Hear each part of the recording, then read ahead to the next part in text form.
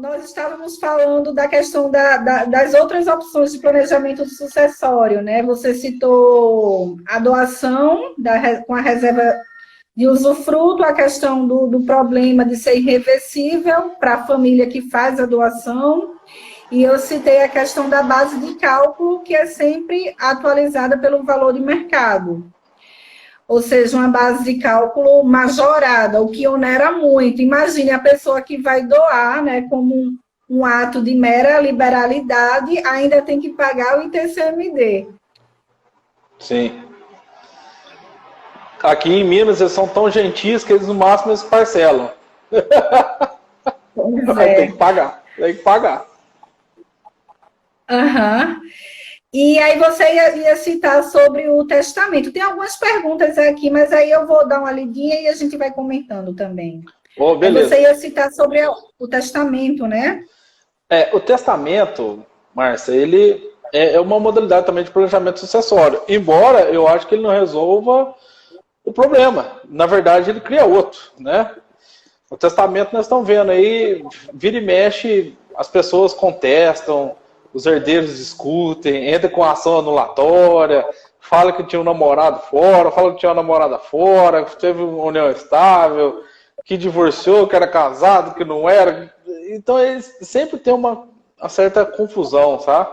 E, além disso, ele tem um outro problema. Ele não pode ser feito extrajudicial, sabe? De ir no cartório, as pessoas, quando forem maiores, não tiverem nenhum incapaz, e fazer esse inventário, que é uma facilidade que a lei autorizou, né?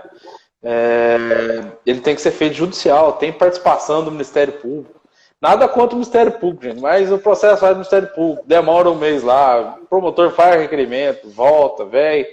Então é um processo moroso, ele é truncado, demorado, caro, paga o mesmo tanto que o inventário fosse, sabe?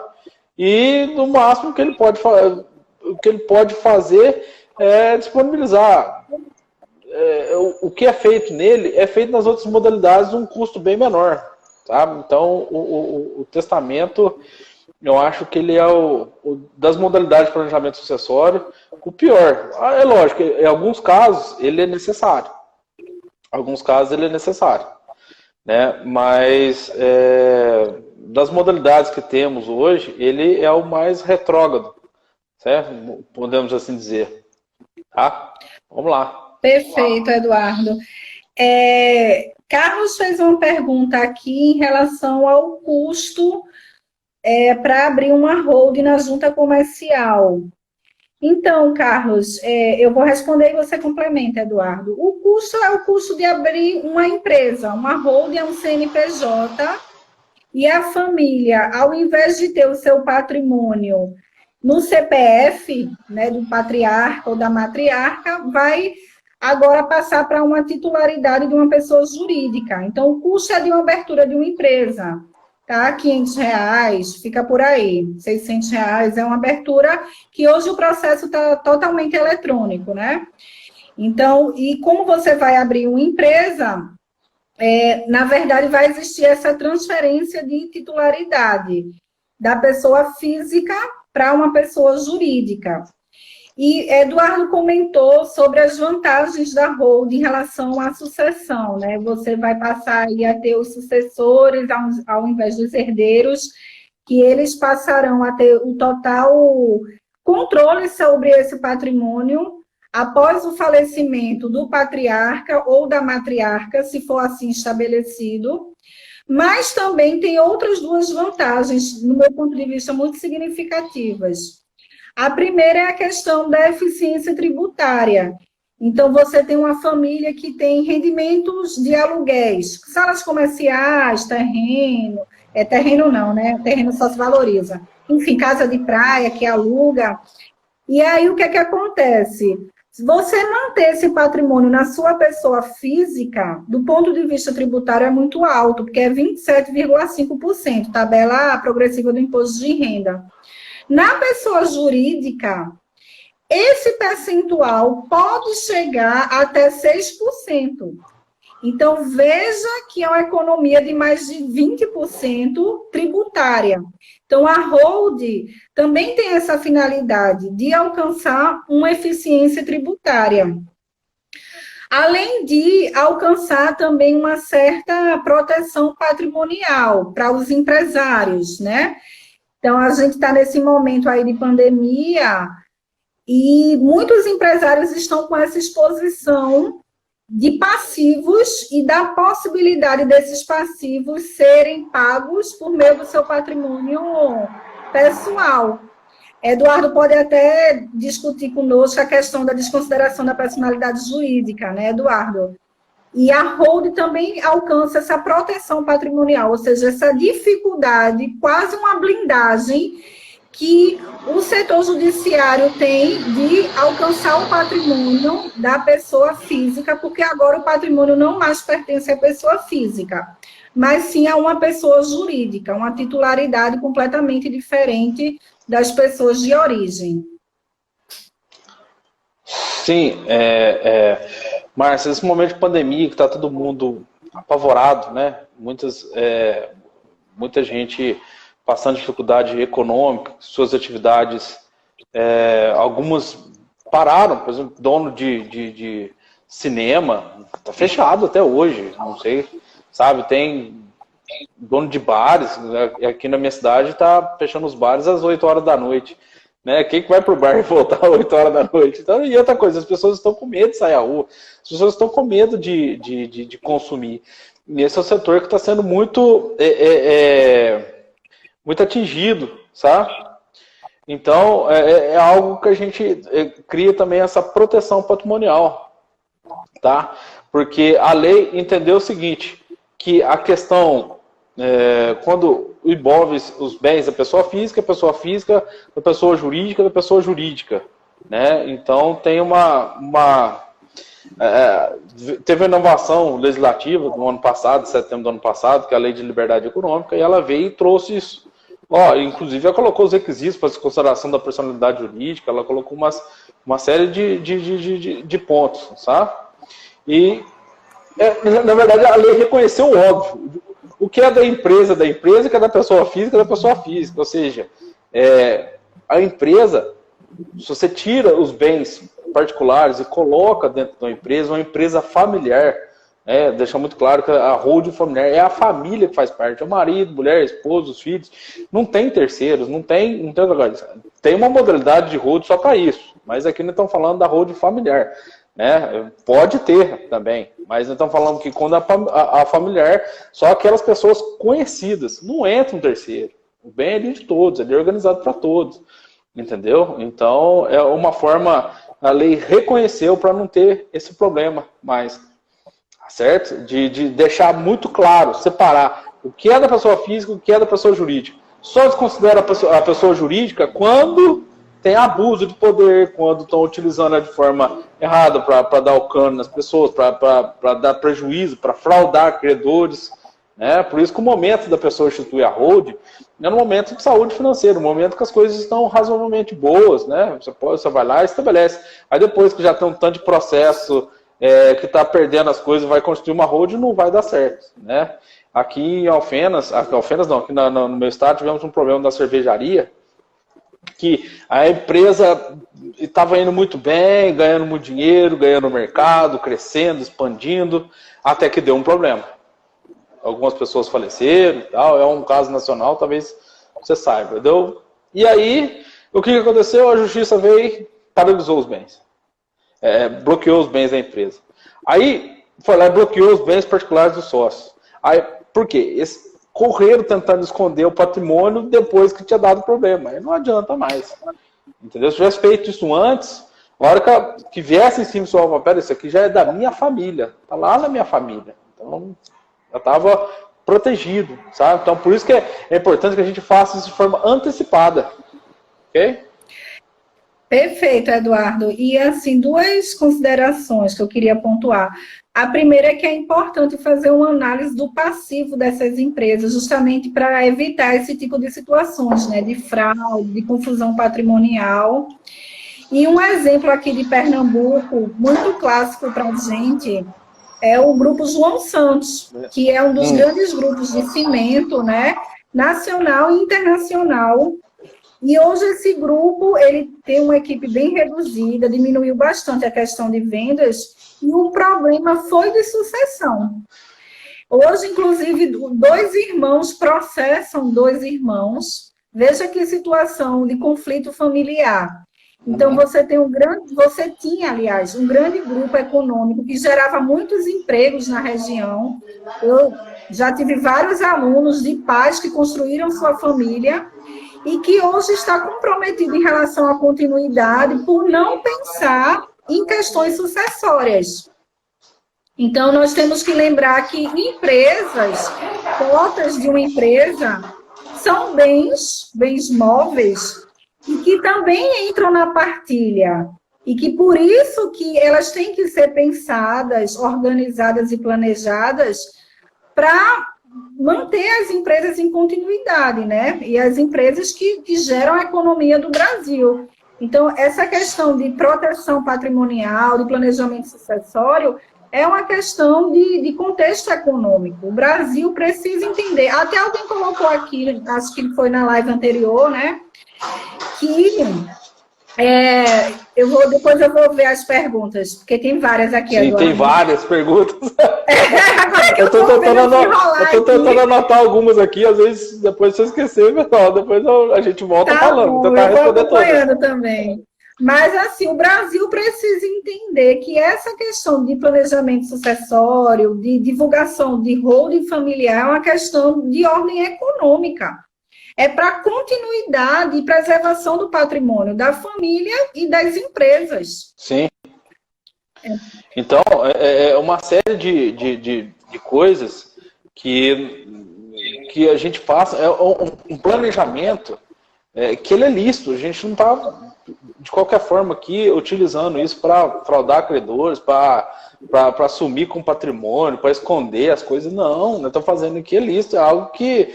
E outra coisa, que não é novo, já tem há muitos anos aqui no Brasil, está sendo descoberto 44 agora. anos. 44 anos, é uma entendeu? previsão desde a lei das SA, de 76. São 44 Sim. anos, né? Só que só os bilionários, os milionários, os muito ricos que tinham acesso, entendeu? Mas qual que é a nossa... Isso nós temos até uma...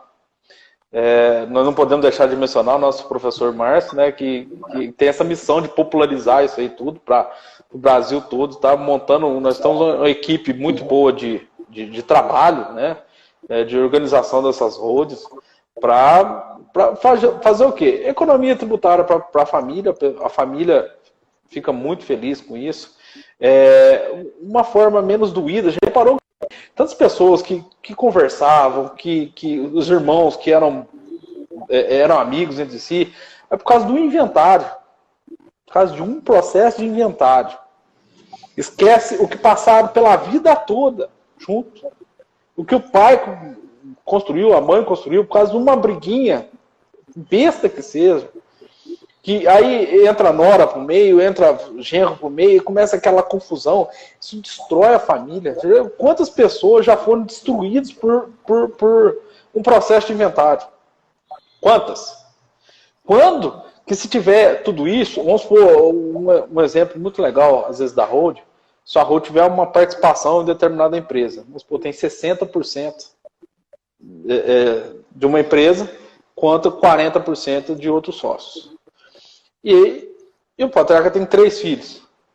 E ele falece, tem esses 3 filhos, então seria 20, 40, 60, e o outro lado 40%. Aí vamos supor que um desses filhos se bandeia para o lado de cá. O controle da empresa foi para o outro lado. Quanto que na Hold não, é 60% aqui. Eles vão ter, se a gente brigar entre eles vão ter que organizar, mas continua com a fatia de 60%. Então, a Hold ela organiza isso, é uma proteção tremenda da família, dos negócios, da vida, sabe? E que, se você for pensar, é algo caríssimo. Não é, cabe no bolso de todo mundo. Quem tem uma casa de valor de 300, 400 mil reais, que hoje é comum, né? Já compensa ter uma Hold para fazer esse planejamento para os seus filhos, tá? Então, basicamente, você quer complementar alguma coisa, Márcia? Denis falou aqui a comparação com o inventário. Tem outras perguntas que eu anotei, eu vou voltar, mas assim, eu fiz os cálculos e a hold, ela é 6 vezes mais barata, é 6,5 na verdade, mais barata do que o inventário. O inventário é o pior caminho.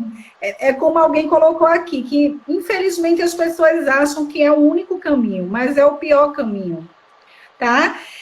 Sheila também perguntou em relação ao artigo do Regulamento do Imposto de Renda que permite a integralização do capital social pelo valor de declaração de imposto de renda. É o artigo 142, Sheila, do Regulamento do Imposto de Renda. Nesse artigo, você tem a opção ou integralizar valor de mercado, o que não é recomendável, porque há incidência do ganho de capital, ou integralizar ao valor de declaração, e aí você não tem a incidência do ganho de capital, e a gente tem um patrimônio a valor original, para fazer a doação das cotas para os sucessores. Eu gostei dessa expressão, Eduardo, que você usou. Não herdeiros, mas sucessores, né? Sim, sim. Herdeiros não, sucessores. Continua. Porque, olha para você ver, Márcia, a família tem um imóvel de 500 mil reais. E tem um filho. Deixou este imóvel para esse filho.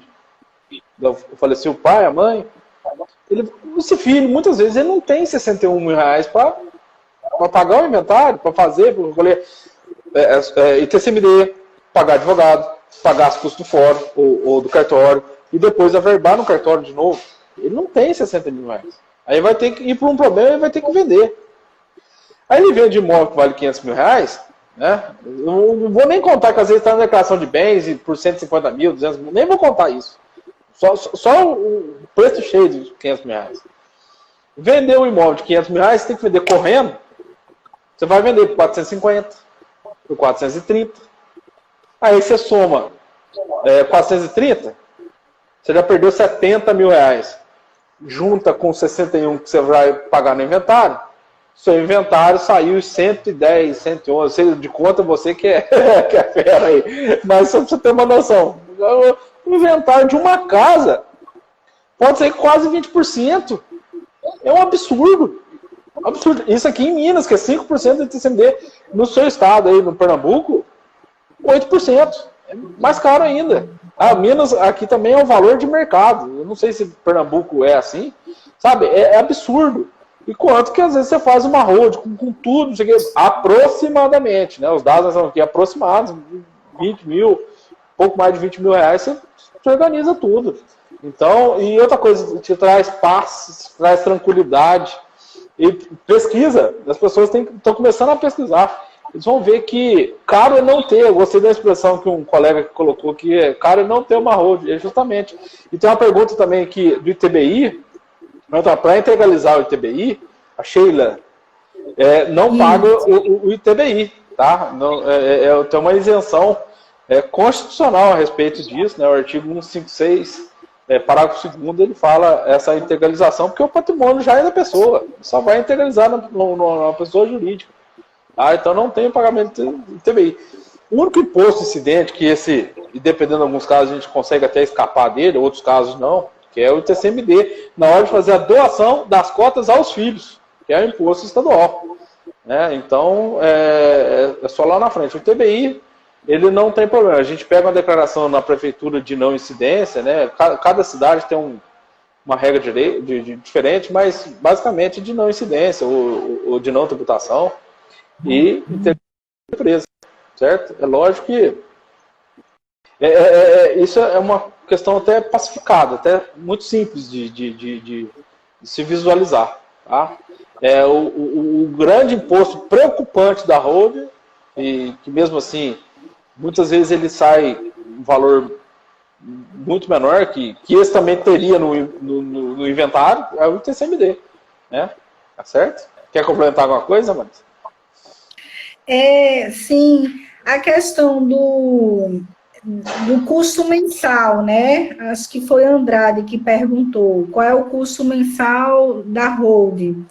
Então, o custo, depois que você faz todo o planejamento sucessório, é você manter a pessoa jurídica. Na configuração que nós estamos trabalhando, né, Eduardo, a hold, ela serve como um cofre.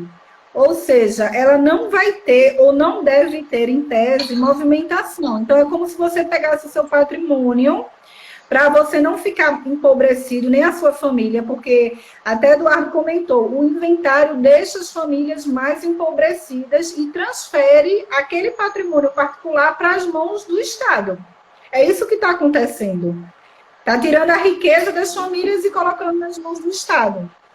Então, você vai transferir esse patrimônio para uma empresa que até Márcio nos ensinou essa expressão, né, que é uma holding cofre, e é um cofre, ou seja, não vai ter movimentação. E nesse sentido, por não ter movimentação, tem uma contabilidade e um reporte ao governo de uma forma bem simplificada. Claro que uma empresa que tem movimentação tem um nível de contabilidade mais complexo, mas a holding cofre em si, ela tem uma contabilidade e declarações acessórias bem simplificadas. Então, esse é o investimento de você manter essa pessoa jurídica. Ok? Márcia, posso... Ok, perfeito. Eu responder uma pergunta que eu vi aqui também, é que ele tem uma pergunta de um colega aqui, eu não sei se é colega, se é alguém que está nos visualizando, né? Ele perguntou assim, mas a holding não pode ter fins imobiliários. Ok. Só que nós temos solução para isso, né? A gente faz uma holding, cofre, guarda o patrimônio dentro dessa caixinha jurídica, né? Eu não queria mudar, eu estou com a pretensão horrível de mudar o nome de holding, que é uma expressão inglesa que a gente não conhece, para uma caixa. Aqui em Minas Gerais é uma caixinha que você coloca lá dentro todo o seu patrimônio imobiliário, né? Não tem um porta-joias. Então, é um porta-joias de imóveis, de ativos da família. Vai colocar as joias ali dentro, os bens, e você vai criar uma sociedade operacional que vai na rua buscar o dinheiro. Você não precisa ser dono do imóvel para você alugar um imóvel. Isso já é pacificado. Você coloca uma operacional que vai buscar esse dinheiro na rua, que vai alugar esses imóveis, e ainda tem essa vantagem que a Márcia falou há pouco tempo, sair de 27,5% para em torno de 6%.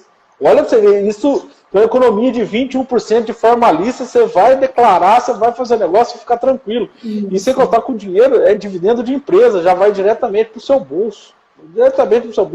E tranquilo, tá? É uma forma de legalizar o dinheiro que você tem.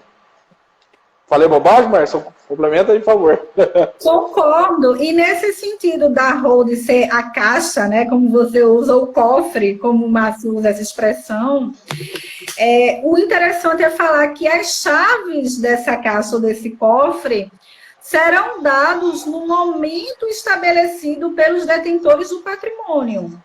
Então, o pai e a mãe, eles têm total controle econômico sobre esse patrimônio. Não é porque eles transferiram para uma empresa e doaram aos seus herdeiros que eles perderam o controle econômico sobre esses bens. E outro aspecto interessante, por exemplo, muitos casais, como é o caso dos meus pais, são casados na comunhão universal de bens, né? Ou seja, tudo que é do patrimônio são dos dois, não apenas o patrimônio adquirido depois da constância do casamento.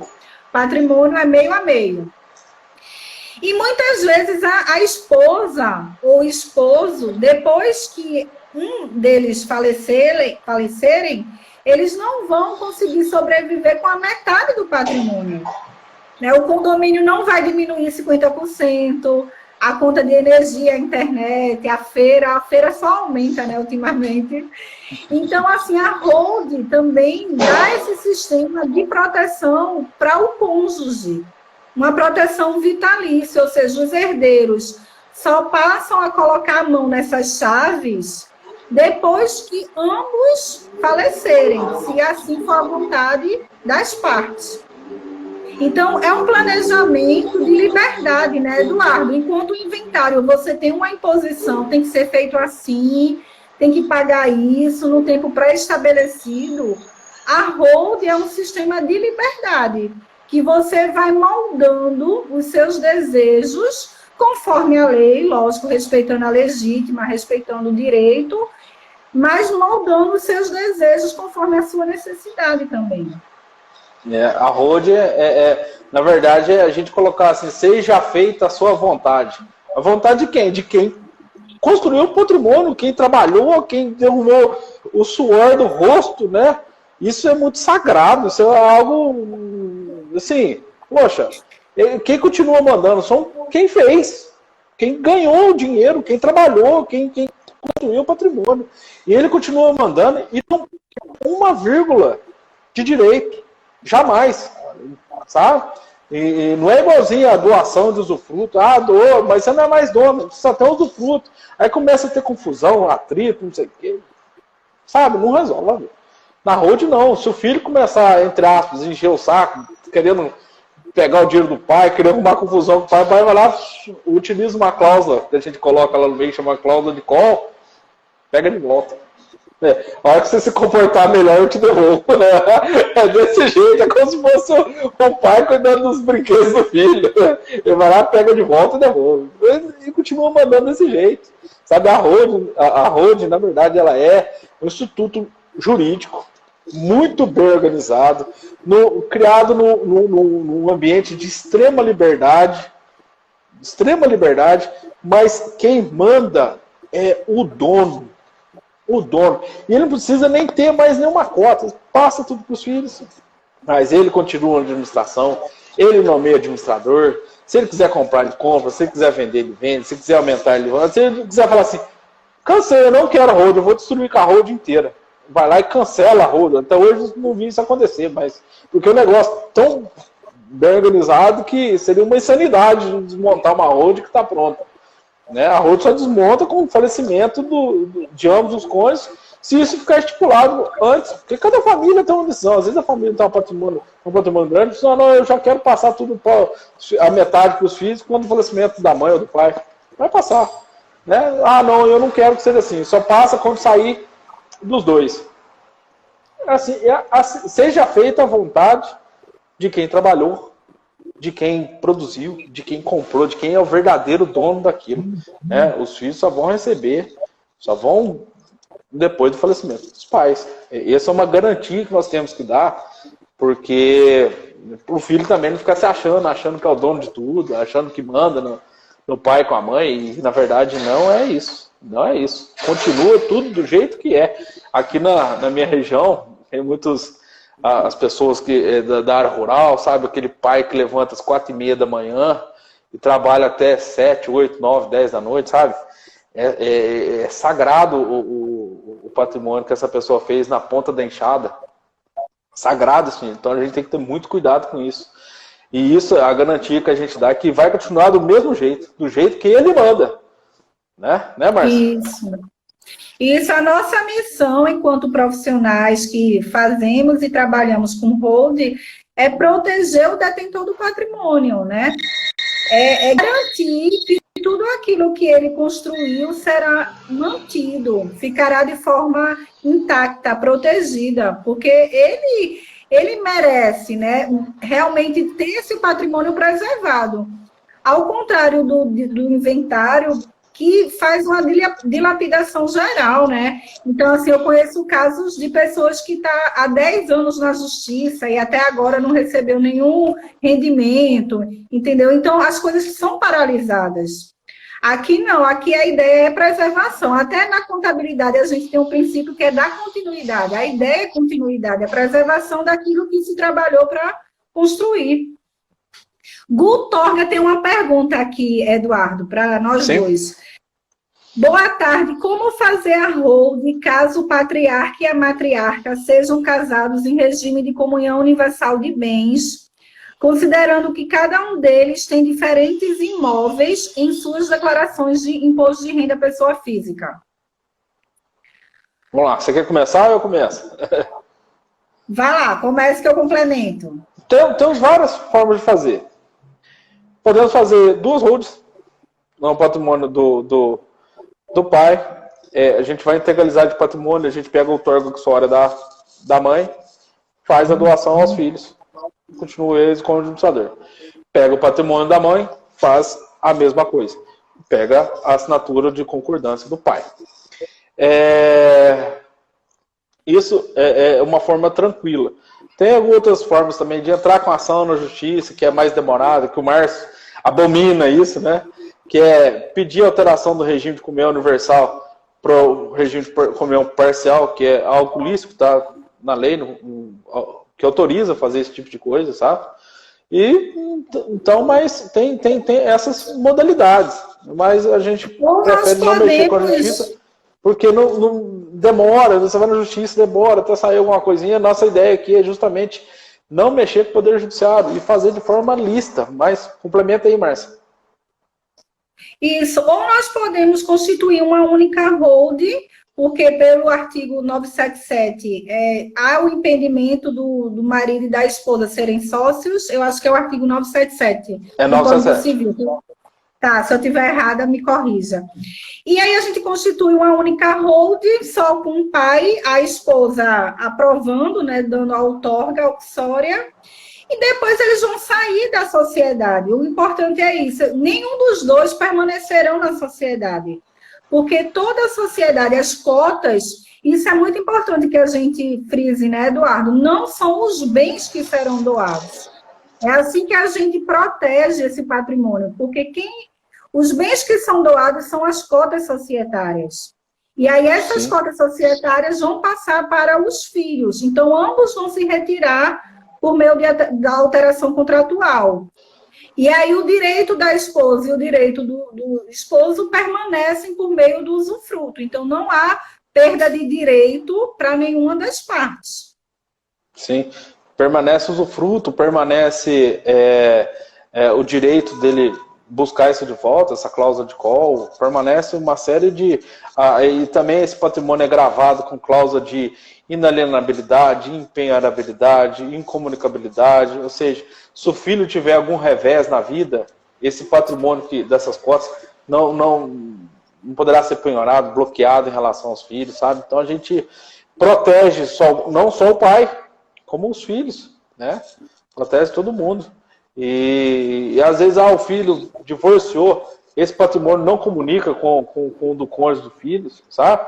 Então a gente amarra. E outra coisa, não é uma receitinha de bolo, porque para a família a solução X. Para a família B, a solução Y. Para a família C, a solução Z. Então a gente monta conforme as peripécias, vamos dizer assim, de cada família, né? Mas por quê? Tem família que é dentista, tem outra família que mexe no ramo rural, ou tem família que mexe, que é dentista e mexe no ramo rural, que tem casa na cidade, tem casa para alugar, que é dono de parques de exposições, que mexe com cavalo, infinidade. Então a gente pega todo esse sistema jurídico e contábil, coloca dentro da caixa, né? Na holding, mas dentro da caixa, a caixa jurídica da família, e monta aquela caixinha, dá uma para a família. É isso? Isso. Paulo está comentando aqui, Eduardo, que o inventário mais antigo do Brasil é da Princesa Isabel. Ainda não solucionado. Palácio da Guanabara é objeto de disputa até hoje. Eu não sabia dessa informação. Eu sabia. Veja que informação, eu não sabia.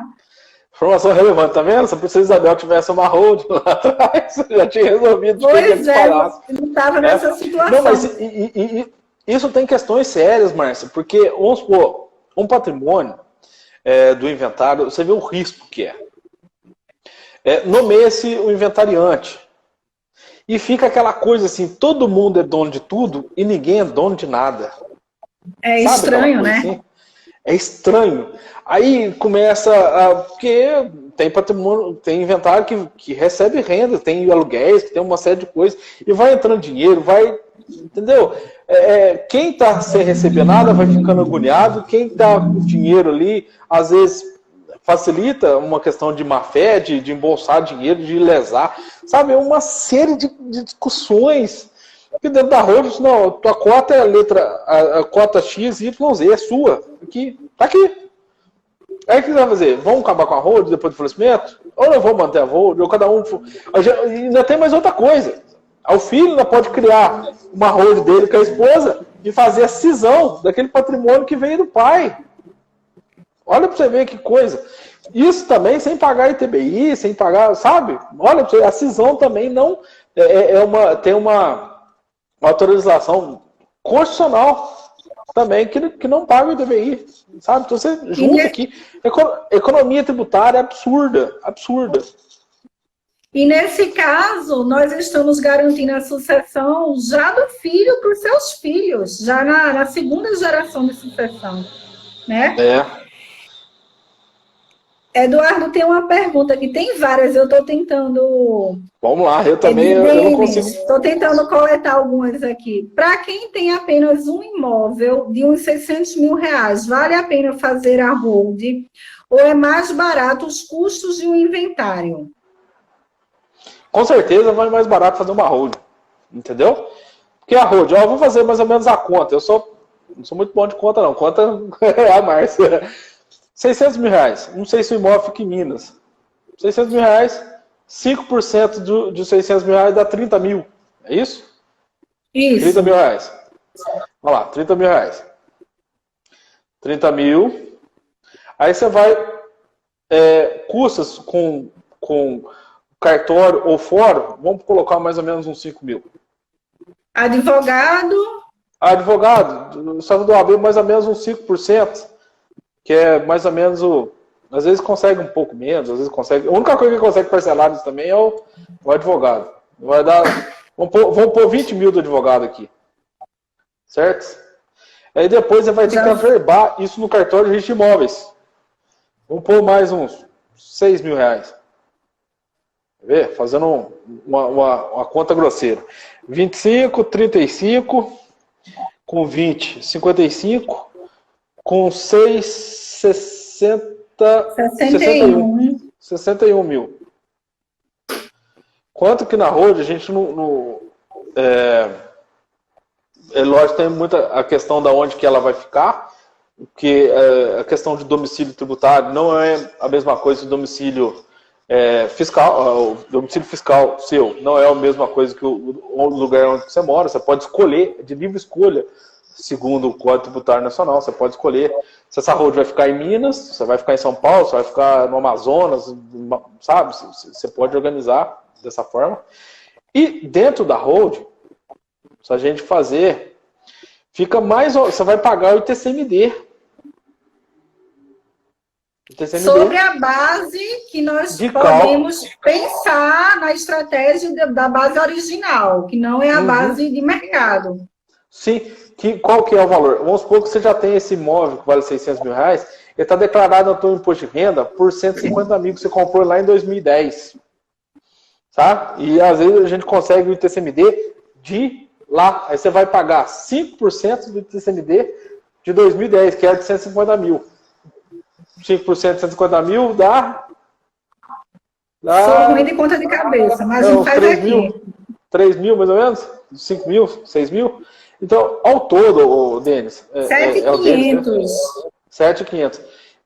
Com os outros gastos, com cartório, com contador, com honorário de advogado, mais ou menos, você vai conseguir fazer isso mais ou menos uns 25, 20, 30 mil reais no máximo, estourando. Ou seja, que é metade, nesse caso aqui, do que o valor do inventário.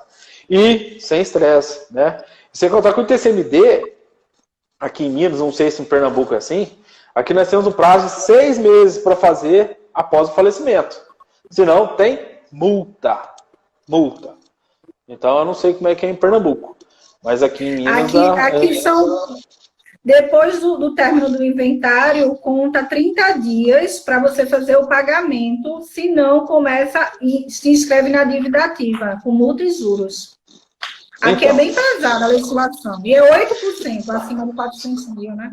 Sim. Olha pra você ver, se for fazer essa conta aqui no estado de Pernambuco, ela vai ficar mais cara ainda. Com certeza. A tua conta deu quanto aí? Tinha dado 61, né? 61 mil que olha pra você ver, eu fiz a covardia com os advogados, eu tirei 10 mil do advogado. Quem faz isso com o advogado? Porque se fosse a conta de 5%, que é mais ou menos o que o AB determina, ia ser 30 mil reais de honorário, essa conta seria 71 mil. Tá? 71 mil reais. Agora, você tem uma casa, você não tem 71 mil reais. Sabe? Agora, você se aperta lá e paga 25, paga 30 e organiza isso. Às vezes sai menos até que isso. Isso, Sabe? porque é importante também falar, né, Eduardo, que Põe o filho assim, para pagar também, ajuda. Vai receber. paga parcelado, paga conforme cabe no bolso, né? Cabe e é no importante bolso, falar também que assim, a hold é um trabalho multidisciplinar, pode ser feito por um advogado, por um contador, em conjunto, que é, né, dos profissionais, mas que os nossos honorários não são baseados no valor do patrimônio. Isso, para mim, é muito importante, até porque a gente não contribuiu para a formação desse patrimônio. Claro. Nós não pegamos na enxada. Né? Isso, são formados em relação à economia gerada para a família, não pelo valor do patrimônio adquirido. Então, 600 mil reais, você não vai ter um honorário de holding que geraria uma economia de 1 milhão, você vai ter um honorário de hold bem mais reduzido, que se você observar, vai caber no seu inventário. Seria no inventário. Né? E sem contar que uma holding, se tiver com a documentação certa, tudo aí, no máximo 2, 3 meses está pronta. Está pronta e acabada. Né? Ainda mais, Márcia, agora com a lei de liberdade econômica, essas coisas eu estava... como é tudo eletrônico, você faz rapidinho. Criou, aprovou, pagou os impostos, integralizou, levou no cartório, averbou, transferiu as cotas, acabou. Problema resolvido. Planejamento, aí a expressão aqui de mim, pode morrer à vontade.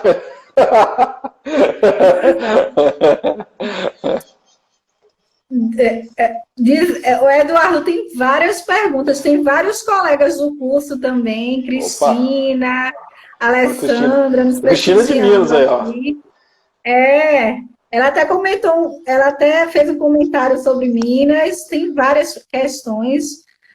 Andrei também está aqui, agradecer a presença de todo mundo, né? Sim, aí tem uma pergunta muito interessante. Todas são interessantes, porque eu estou tentando coletar algumas, que são várias. Mas e no caso de imóveis que há intenção de venda, ainda assim é vantagem colocar na hold? Eu posso começar? Depois você complementa? Essa é sua. Pode responder à vontade. Não, veja só, não é recomendável. Tem que se fazer conta, na verdade, né? Porque você tem uma intenção de venda imediata.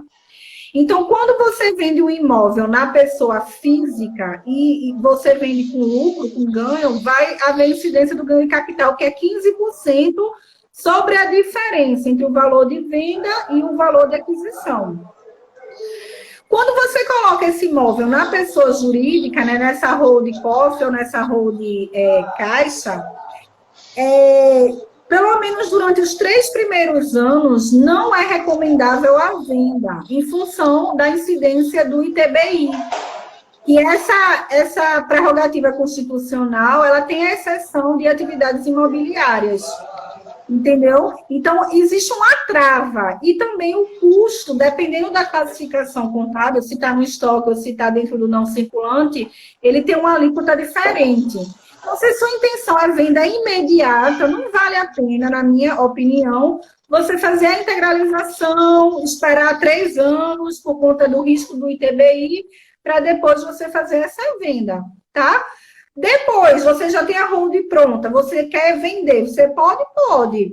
Inclusive, você vai ter que orientar o seu contador para fazer uma reclassificação contábil para o estoque, e aí você vai ter uma alíquota de 6,74, só que é sobre o valor de venda, Na pessoa física é 15% sobre a diferença, o ganho. E na pessoa jurídica é 5,74% sobre o valor de venda. Aí cada caso é um caso, né, Eduardo? A gente tem que fazer a simulação para realmente dar a melhor solução. Não tem uma regra. Aliás, assim, você falou uma coisa muito interessante. O trabalho de holding, ele não é uma regra de bolo, não é algo padronizado. Cada família requer uma situação específica. E traz o problema, a gente quebra a cabeça, né? Quebra a cabeça, acha a solução, porque assim como o advogado, assim é o contador, nós somos pagos para quê? Resolver problemas, né? Porque se a pessoa não tivesse problema, ela resolveria sozinho. Então, nossa função é justamente resolver problemas. Então, o que é? Nós resolvemos problemas tributários, resolvemos problemas familiares, resolvemos problemas de sucessão, resolvemos problemas de atrito, né? Então, essa é a nossa função. Tanto é que quando a gente começa a falar de holding, vem uma infinidade de perguntas, né, Márcia? Tanta coisa, tanta coisa, tanta coisa, tanta coisa. Por quê? Porque cada família é de um jeito, né? Cada família é de um jeito, né? Então, tem a sua peripécia, tá? Então a gente tem que avaliar a situação de cada um. E a gente consegue montar uma solução com o caso concreto na mão, né? Então, por quê? Cada um tem uma atividade diferente. Um mexe com aluguéis. Tem até uma pergunta aqui que eu vou responder da Sheila, que é você mais empresa profissional, a Hold Cofre tem que ser sócia para poder alugar os imóveis? Não necessariamente. Pode ser, pode, mas não necessariamente. Tá? A profissional, ela monta a empresa para alugar imóveis. Pode alugar imóvel que está na Hold, pode alugar imóvel de outras pessoas. É uma profissional, é um CNPJ normal e que pode exercer uma atividade. Certo? Não necessariamente. Pode ser sim, pode ser não. Tá? Eu respondi certo, Márcia? É isso?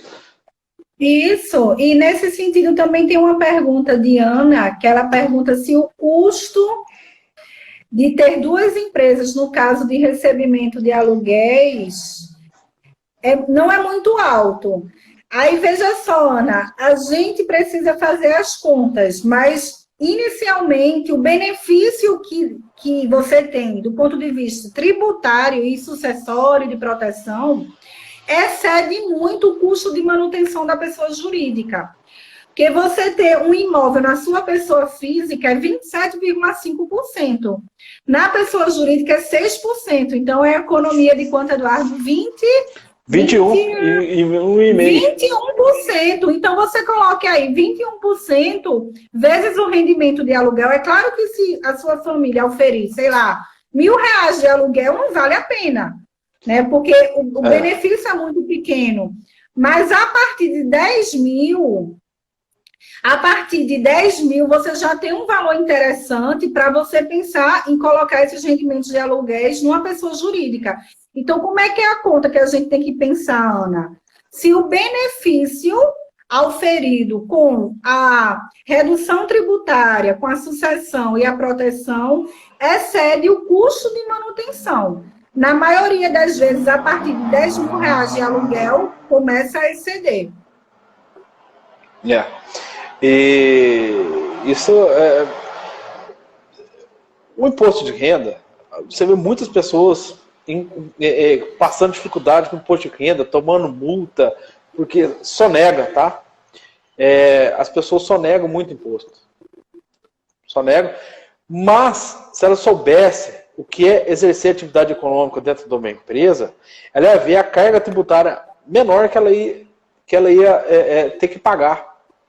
Sabe? O Estado, nosso país, fala Estado com tudo, prefeitura, Estado, município, governo federal, ele quer que nós exerçamos atividade financeira, de buscar dinheiro na rua, vamos dizer assim, por meio de CNPJ. Por quê? CNPJ ele gera emprego, ele gera riqueza, ele gera impostos, ele gera uma série de coisas. Quanto que na pessoa física, a pessoa acha que está pagando muito imposto. Por quê? Porque é tributado ali. Porque o Estado está te forçando a ter uma holding.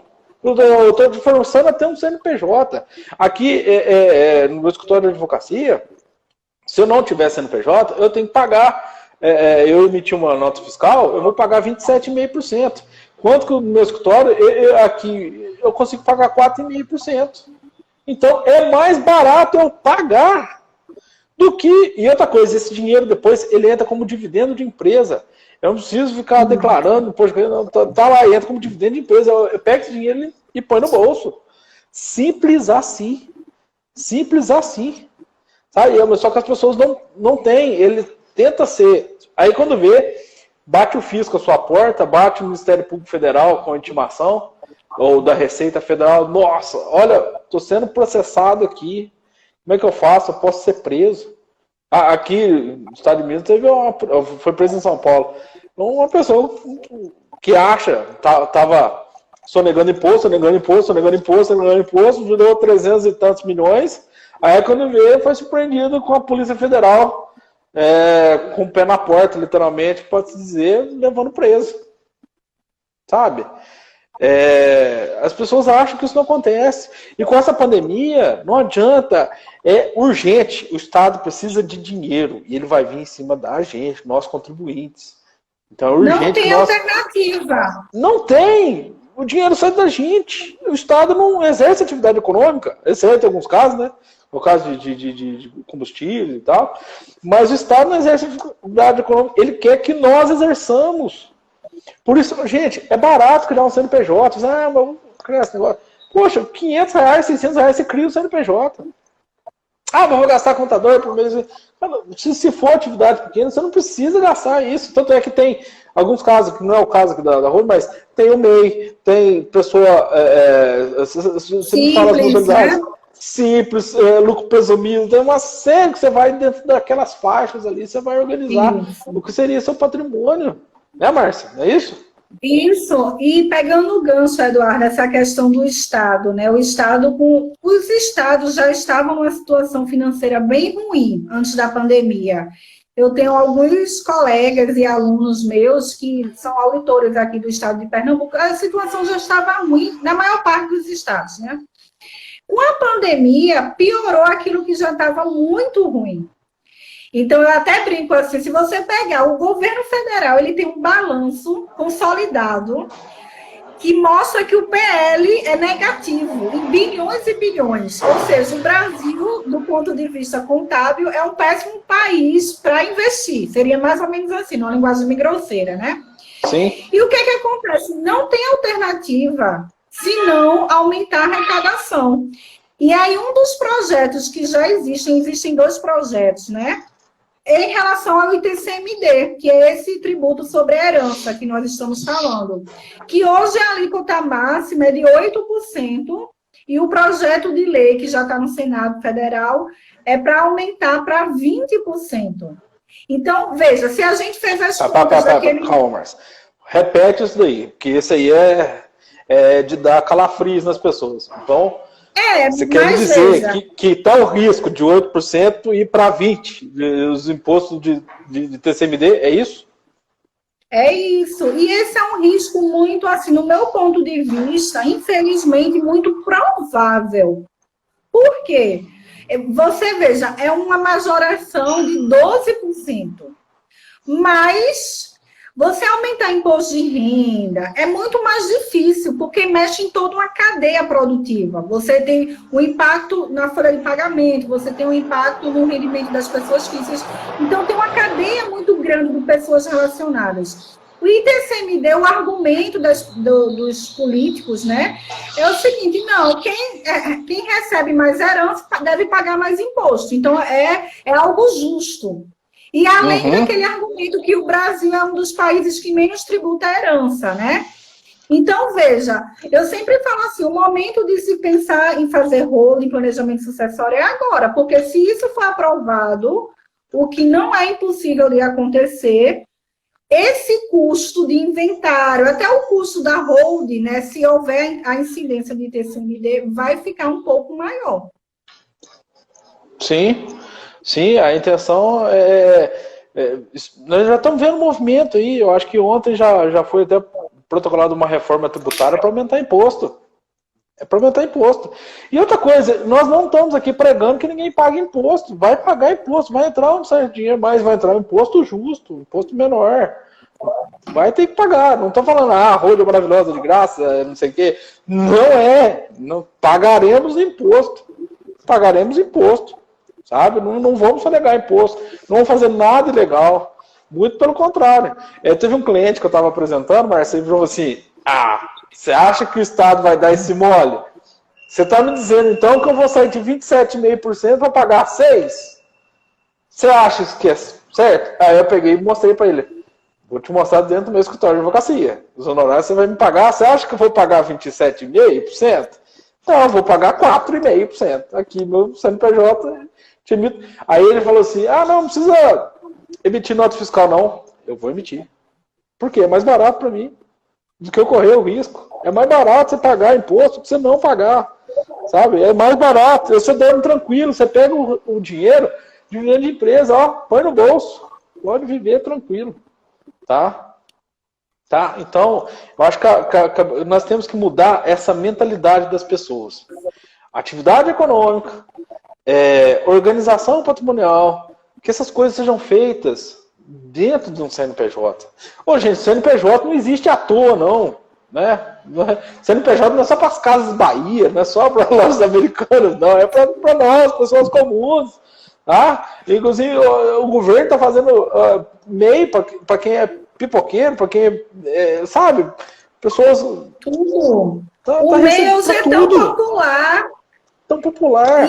Então, aí tem um empresário que tem, sei lá, um patrimônio de 5, 6, 7 casas.